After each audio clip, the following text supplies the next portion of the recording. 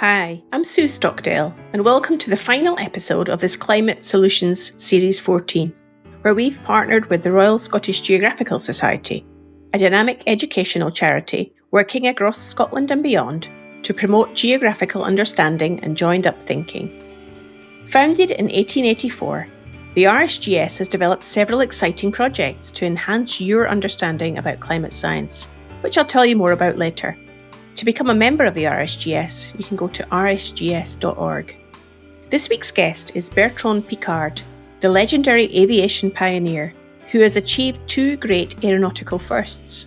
His non-stop around-the-world balloon trip was the longest ever in aviation history for both duration and distance.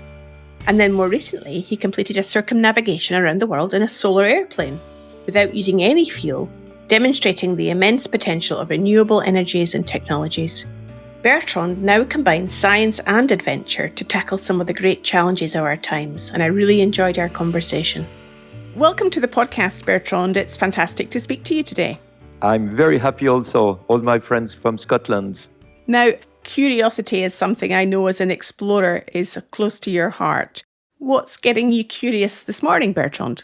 The unknown of the world. I think life itself is the biggest adventure. Sometimes we imagine that we have to go to the other side of the world with very special vehicles and things like that. But actually, life is full of unknown, full of unpredictability, and we have to make our way through life like we do it on the ice or in the jungle.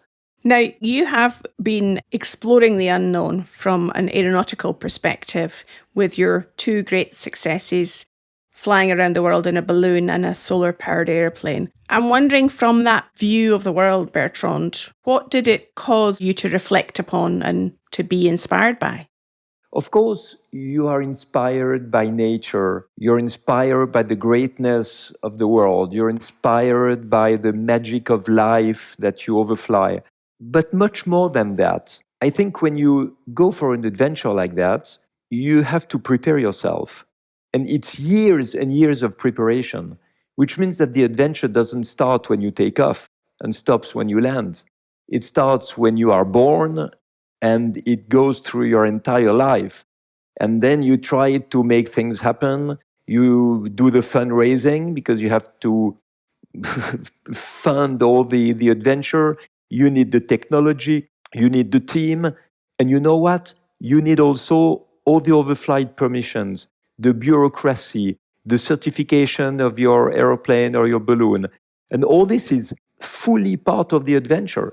And when people ask me, were you afraid when you were flying across the oceans at night? No, I was afraid in different moments. I was afraid when I was talking to the bureaucracy and thought I would never get the certification of the plane. I was afraid when I was asking overflight permissions that didn't come. So finally, I was afraid not to fly. I was not at all afraid to fly. So given that the whole journey is not just the flight itself, and if we took that as an analogy for almost life here on Earth, I'm wondering then, from your perspective, you've experienced risk-taking, you've experienced failing and things going wrong and the unexpected. How could the person who's not done adventurous things, how can they bring more adventure to their life, do you think, and to take more risks? When I was a teenager, I was not an explorer. I was not an adventurer. I was afraid to climb in a tree. I was a bit shy with the people, and I just tried to heal myself. So how did I do that? With hang gliding. The first time I saw a hang glider flying in the sky in Switzerland, it was in 1974. I was 16 years old, and I thought, that's my therapy. This is what I need to gain self-confidence. And I started to fly, and immediately I was impressed by the fact that when you are facing a certain risk, you have to connect to yourself. You have to connect to the present moment. You cannot project yourself anymore in all your fears, anxiety, whatever thoughts that you have outside of yourself. No, you connect to yourself, you feel that you are living inside your body in the present moment.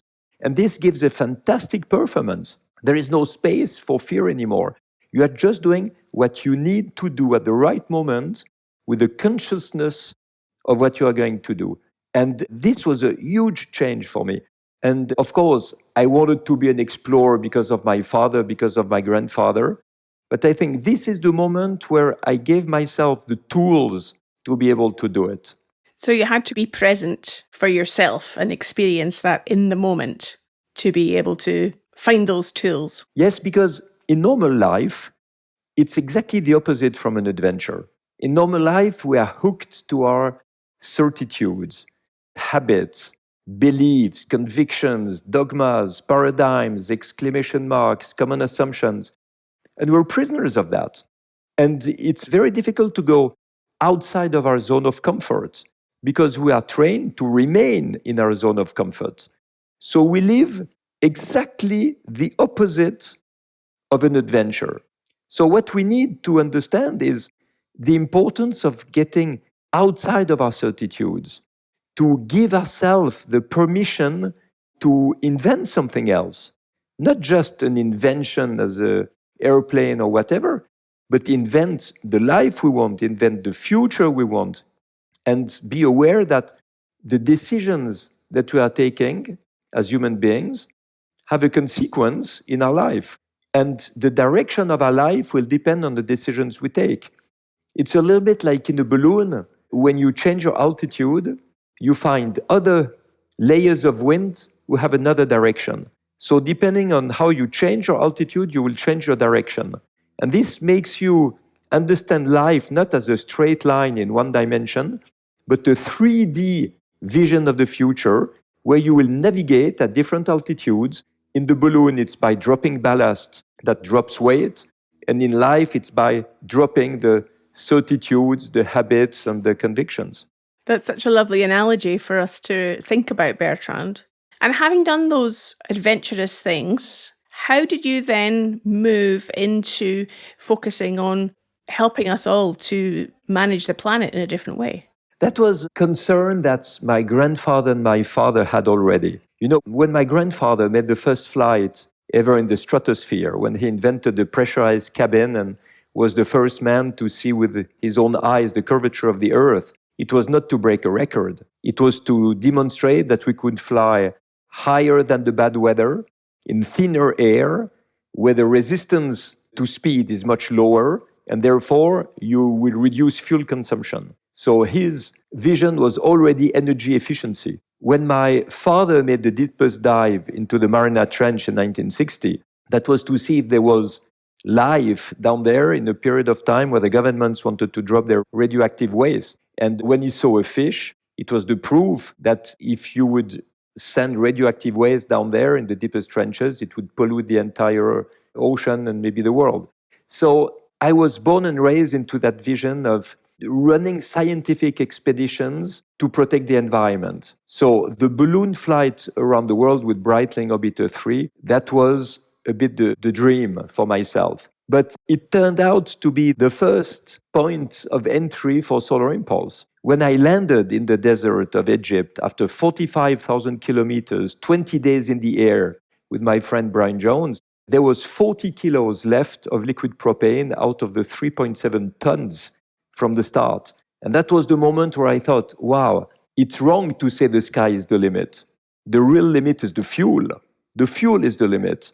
And then it was the moment I thought, okay, I have everything in my hands now to run a big adventure with no fuel, flying around the world on a solar-powered airplane, and demonstrate how clean technologies and renewable energies can achieve something completely new, something that people would consider impossible. So it was really the moment where all my education, all my poles of interest, all my concerns could express themselves into one big project, and that was Solar Impulse.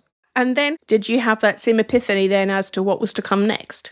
Solar Impulse was really a symbolic project. It was not to show what we can do with solar airplanes, because it was an airplane that was 72-meter wingspan. It was bigger than a jumbo jet, lighter than a car, a single-seater. It needed 30 people to be able to fly it, only in good weather. So, of course, it's not a real good way to promote clean aviation. But I noticed that it was a really good way to promote the solutions that can make our world much cleaner and much more efficient. Because actually, solar impulse for me was really the symbol of the gap existing between all the current technologies available and the world of the past in which we're still living. Just imagine, I was flying with no fuel, with no noise, with no pollution, and I could fly as long as I wanted. And I was above a world that still uses thermal engines who are wasting 80% of the fuel you put in the tank, a world with badly insulated houses, inefficient heating, cooling, and lighting systems, old industrial processes, dirty ways to use fossil energies. Well, that was such a gap. It was unbelievable. And we don't understand that we live in the world of the past because it's like the fish who is in the water and doesn't know he's wet. We don't notice how outdated and inefficient our world is. So this is when I thought, okay, now after Solar Impulse and thanks to the fame of Solar Impulse, I wanted to identify in the world all the efficient solutions that are economically profitable to be able to protect the environment. And this is really important because sometimes people look for magical solutions for the future. Well, that's useless today. It's almost an alibi to do nothing today. So what we need is solutions that exist, that are scalable, that you can use right now. And of course, they have to protect the environment, but they also need to be economically profitable. Otherwise, nobody will use them. And my goal after flying with Solar Impulse around the world, and even with Breitling Orbiter 3, that was not to say the world is beautiful, nature is magical, life is a miracle, we have to protect that. No, because that's not the word, not the language of the key decision makers. Their language is about job creation and profitability. So we have to give them that with the ecological solutions. They need to have profitability and job creation. And this is why we created this label, Solar Impulse Efficient Solution. And we found now, we identify in the world 1,515 of these solutions. And it's an enormous number. It really gives hope. And now I'm spending my life bringing these solutions to heads of states, to economical leaders, key decision makers, and so on. So it sounds to me, Bertrand, as you tell that story, is that you're more now a communicator than merely an explorer, which is an accolade in itself. It sounds what's most important is about how you communicate what the solutions are for the future. Well, we explore with my foundation the best solutions. We explore new ways to make them known. We explore new ways to implement them, to create an enthusiasm around these solutions. We explore ways to transform the general inertia and paralysis into action. So I think it remains the world of exploration, but it's implemented in another way than going in the jungle or in the North Pole or flying around the world in a solar airplane. Now it's going around the world, meeting key decision makers and trying to change the narrative. Ecology is not anymore something expensive, boring, and sacrificial. It is something exciting. It is something economically profitable. It's something that can bring people together.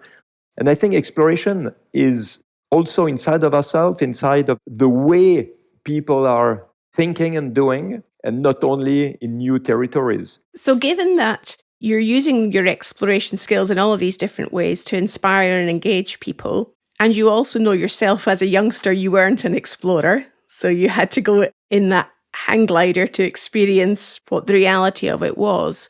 What's your sense of how do you engage people to trust in the unknown, to step out of their comfort zone and to be uncomfortable enough to engage in some of those technologies that are part of those solutions that you described? You have to give an incentive to people to change. If you see somebody who is afraid of changing, you have to show him that he has inside of himself all the tools, all the resources, all the potentials that can help him to do something differently. We have to show him that it's better to do it in another way. You know, as much as an explorer, I'm a psychiatrist and psychotherapist, and I was treating people for 20 years with hypnosis. And basically, it's exactly the same thing. You bring people into the confidence, into trusting their own resources. And this is something that they are sometimes discovering for the first time, to trust ourselves. to be aware that we have all the tools to do it, and that if we do it, life will be more interesting. Our relation with ourselves and with other people will also be more interesting. We will be able to imagine more, to dream more, to do things differently, and maybe to invent a future in 3 dimensions rather than just the little prison in which we are with our certitudes. Well, I certainly agree with what you're saying, Bertrand. I'm an executive coach, and there are many conversations that I have with leaders on very similar subjects about how difficult and yet how rewarding it is to step out one's comfort zone. But there's something important also to say, is that we are not big heroes doing exploration and putting ourselves above other people. We have to show to everyone that each one can do the same that what we have done. If we have a bit of curiosity, if we have a bit of perseverance, if we agree also to take the risk of failing. This is very important. And sometimes I meet explorers who say, we should not speak about our emotions, we should not speak about our fears, we have to show that we are much more courageous than everybody else. And I think it's wrong.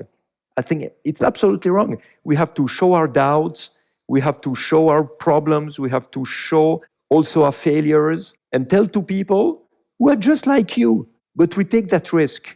We take the risk to step out of what we know because we think it makes life much more interesting. I also concur with what you're saying, Bertrand, and recognise that we live in a world of social media, and what may seem as the perfect scenario where people are photographing things for Facebook or Instagram or anything else, and there is a drive for perfection and not showing vulnerability and not showing the imperfections. So sometimes it's not quite as easy as we would like it to be in showing the vulnerability, particularly for decision makers, industry leaders, heads of government, to be the ones to say, I don't know what to do next. And I'm wondering if you've experienced any of that with the influencers and key people that you engage with. Do they ever show you a sense of vulnerability and uncertainty?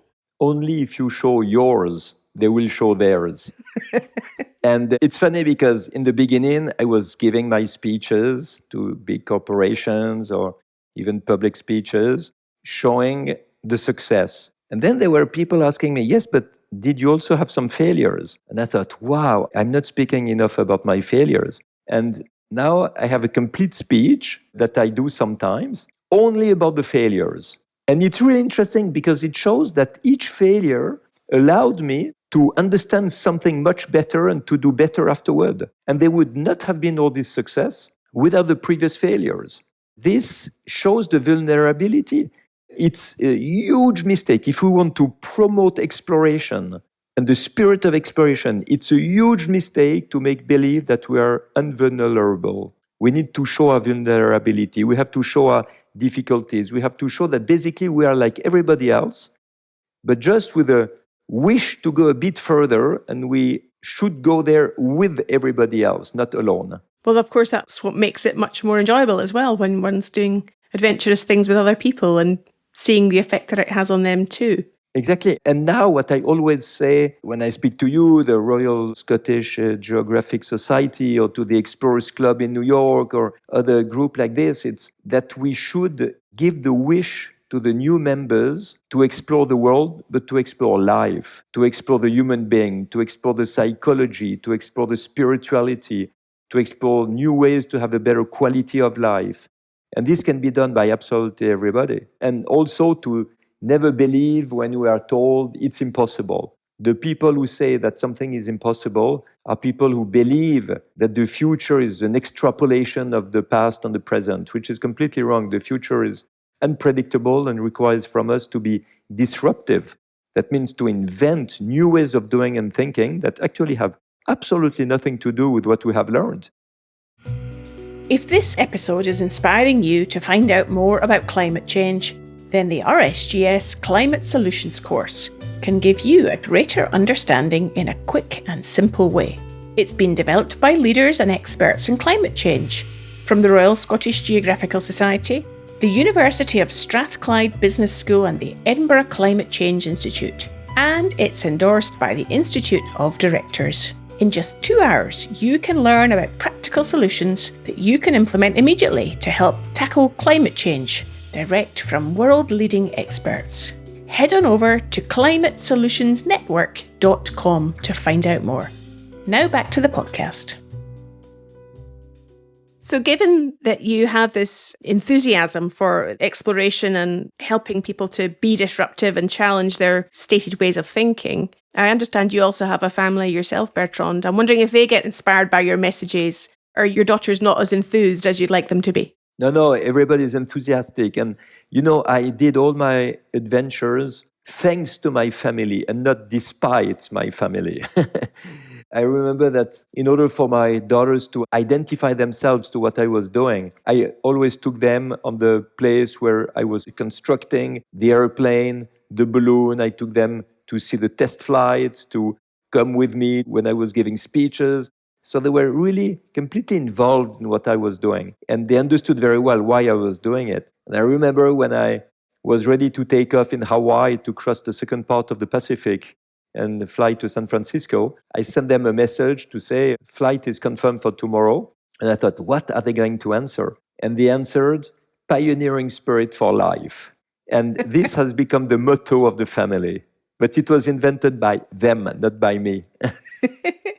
And what do you hope your legacy might be for your family, given you are retaining the family history that's gone before you? Do you have any hopes or ambitions about what you would hope to leave for them with your experience that you've been inspiring them with? Well, there is once a journalist who asked to my 3 daughters, what is the scientific heritage you got from your father? And they looked at him and said, it's not a scientific heritage, it's a philosophical heritage. And I think this is really important because it allows them to understand life in another way. And today, it's what we need. There was a time in exploration when it was new continents, then it was new planets. Now it's really how to live better on this planet, how to protect our planet, how to improve the quality of life, how to find new solutions. So you don't require really a lot of physical strength. You need to find a mental endurance to go through the obstacles, through the people who tell you it's impossible, and keep faith that life is something that is worth living well. So yeah, that's an important subtlety of the philosophical perspective and not just the scientific perspective of life. Just turning our attention to the everyday activities of Bertrand and what you spend your time doing, what would be an example of your everyday activities that you do, Bertrand? I earn my life by giving speeches. This is about 25% of my time. And 3/4 of my time, I give for free to my Solar Impulse Foundation to promote the solutions that can protect the environment. So basically, it's a lot of political meetings, a lot of speeches to political assemblies, a lot of press conference, speaking to clean tech associations, environmentalists. And each time it must be another speech. Each time it's another way to present the things. And each time I try to do better in the connection with the audience. So it's never boring. It's always something new. And it's really the spirit of exploration. How can you change the world, basically? Or to be a little bit more humble, how can you contribute to change the world?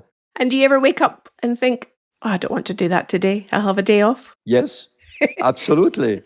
No, absolutely. There are moments I just like to stay, to meditate, to rest, to think. I love to write. I'm writing a new book now.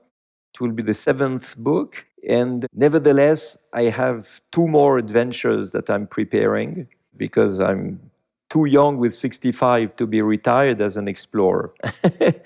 So I'm working now on a solar zeppelin and a hydrogen airplane. The hydrogen airplane is a 2-seater that should fly around the world nonstop.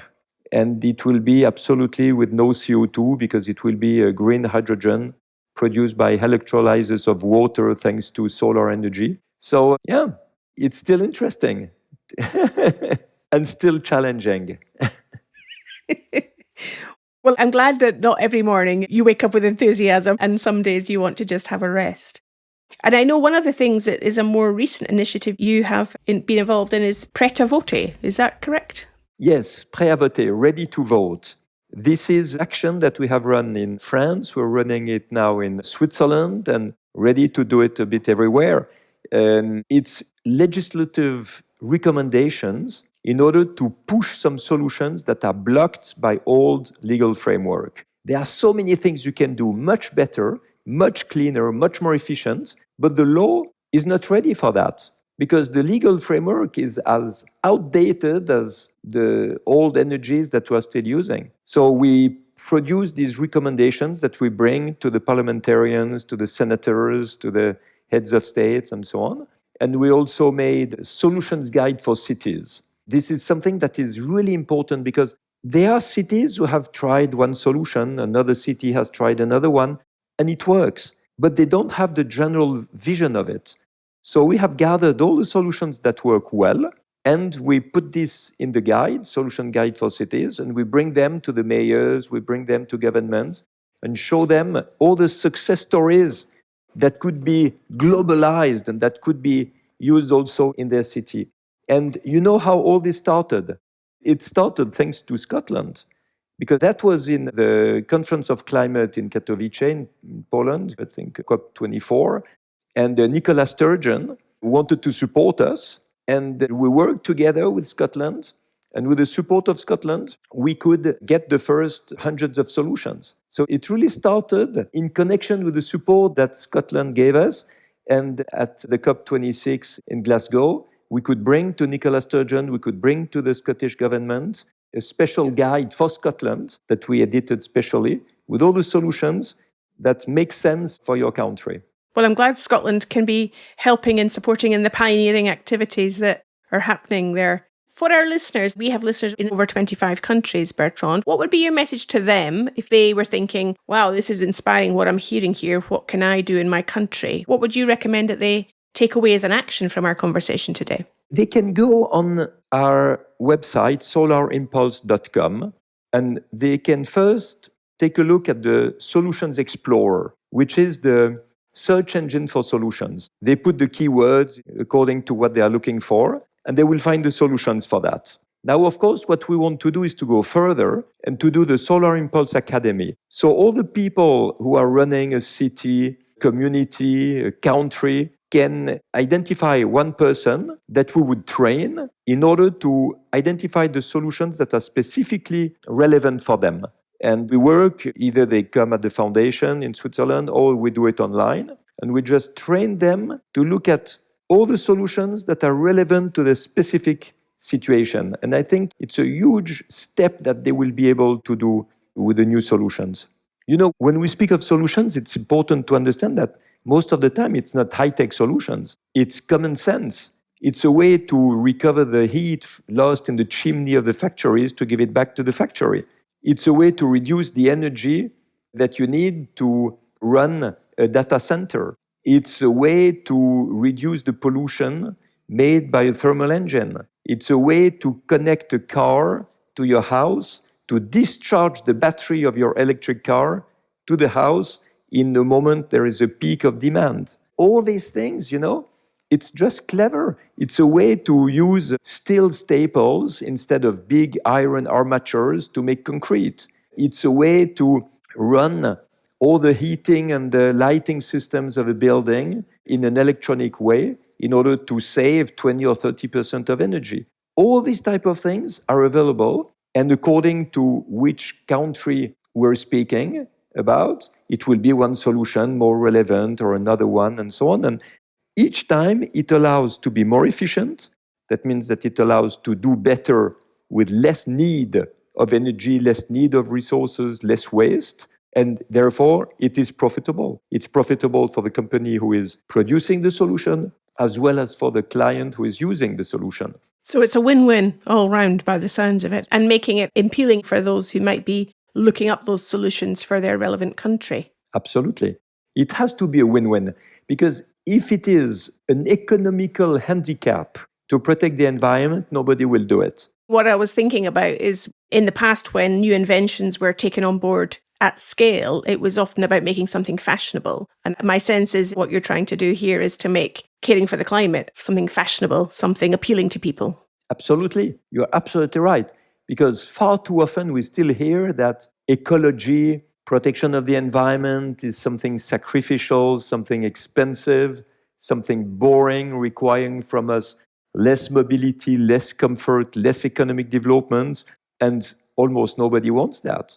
And this is why, after 50 years of ecology, we have more CO2 in the atmosphere, more plastic in the ocean, more pollution in the air. What's the progress? We have not gone in the right direction because the narrative created a lot of resistance, created a lot of oppositions. And now we have to stop that and change it completely. Drop the ballast of the old narrative, change altitude like in the balloon, take another layer of wind, which has another direction and a much better speed. And this is the language of profitable solutions that allow to develop the economy, create jobs, and at the same time protect the environment. It's so important in terms of the message that is being conveyed. Finally, Bertrand, it also strikes me from what you've said today, there's something about going high to get perspective. You've done it in your aviation activities to get perspective on the world from a new place. I'm just wondering whether that's also an important part for the listener of this podcast to think about how they get to a different place of perspective to get some new insight. Do you think that's important? It's vital. It's crucial. We absolutely have to do it. And there is a really interesting exercise that everybody can do. Each time we are absolutely certain of something, each time we're absolutely sure it cannot be something else, then we have to stop and say, wow, here I'm stuck into my certitudes. What else could it be? What would other people think about it? And try just to destroy a bit of our certitudes and our beliefs. And if we are clever enough to do that, we will learn a lot of new things. Well, that's a powerful message to leave our listener with today, Bertrand, on this podcast. It's been a real privilege to speak with you today. And if our listener wants to find out more about the work that you and the Solar Impulse Foundation are doing, you've mentioned the website already. Are there any other ways that they can find out more? Well, they can write directly to Solar Impulse if they need specific help for their cities, for their governments, for their factory. We're more than welcome to try to help the people. Wonderful. Well, thank you again for your time today and for the important messages that you shared with us. It was a pleasure to speak with you, and because you're also an explorer. As the first British woman who went to the North Pole, you know about exploration and you're asking the right questions, and I really enjoyed it. Thank you very much to you. Well, thank you, Bertrand. Thanks to Bertrand Piccard for his wisdom and insight. And what a magnificent end to this Climate Solutions series. We'll be back again soon with another series and have some more inspiring guests lined up for you, including Gary Fildes, an astronomer who is passionate about dark skies, Monica Parker, author of a best-selling book on the power of wonder, and Kevin Chapman, who describes how we can harness our body's intelligence to become more resilient and confident. I hope you can join us again soon.